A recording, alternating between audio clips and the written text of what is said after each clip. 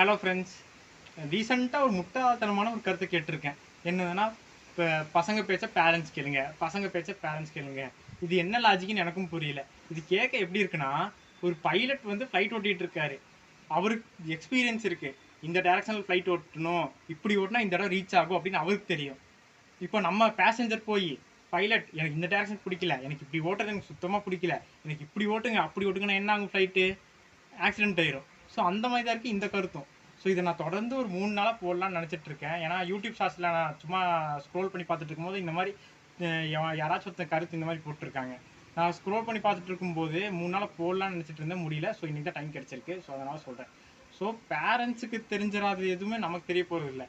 ஏன்னா அவங்க சின்ன வயசுலேருந்தே அவங்களுக்கு என்னென்ன நடந்திருக்குன்னு அவங்களுக்கு தான் தெரியும். என்னென்ன அவங்களோட எக்ஸ்பீரியன்ஸாக தான் நம்ம ஷேர் பண்ணுறாங்க. ஸோ இப்படி இருக்க வேணாம், இப்படி இருங்க, உங்கள் வாழ்க்கை நல்லா இருக்கும்னு தான் அப்படி சொல்கிறாங்க. ஸோ அதை புரிஞ்சுட்டு நீங்களும் பண்ணுங்கள். இப்போது இந்த கருத்தை நீங்கள் மாற்றி வச்சு பாருங்கள். பேரண்ட்ஸ் சொல்கிற பேச்சை நம்ம கேட்கலாம்.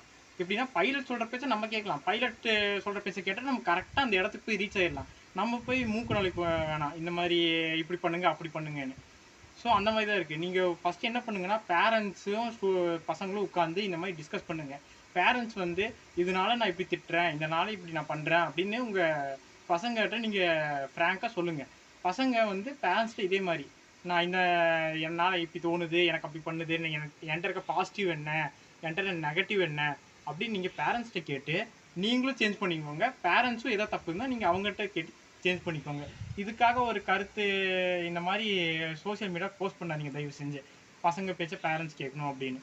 ஸோ இதை பற்றி உங்கள் கருத்து எதாவது செஞ்சால் நீங்கள் கமெண்ட் பண்ணுங்கள். ஸோ இந்த வீடியோ நீங்கள் ஷேர் பண்ணாலும் பண்ணலனாலும் பரவாயில்ல. நீங்கள் உங்களோட இந்த மாதிரி கருத்தை வந்து நீங்கள் நிறைய பேருக்கு பாஸ் பண்ணுங்கள். நீங்கள் அது எப்படி பாஸ் பண்ணாலும் ஓகே. ஆனால் இந்த உண்மையாலுமே எனக்கு இந்த கருத்து எனக்கு சுத்தமாக பிடிக்கல. பசங்க பேச்ச பேரண்ட்ஸ் கேளுங்கன்னு. அது என்ன லாஜிக்கு எனக்கு இன்னமும் தெரிய மாட்டேங்குது. So thank you.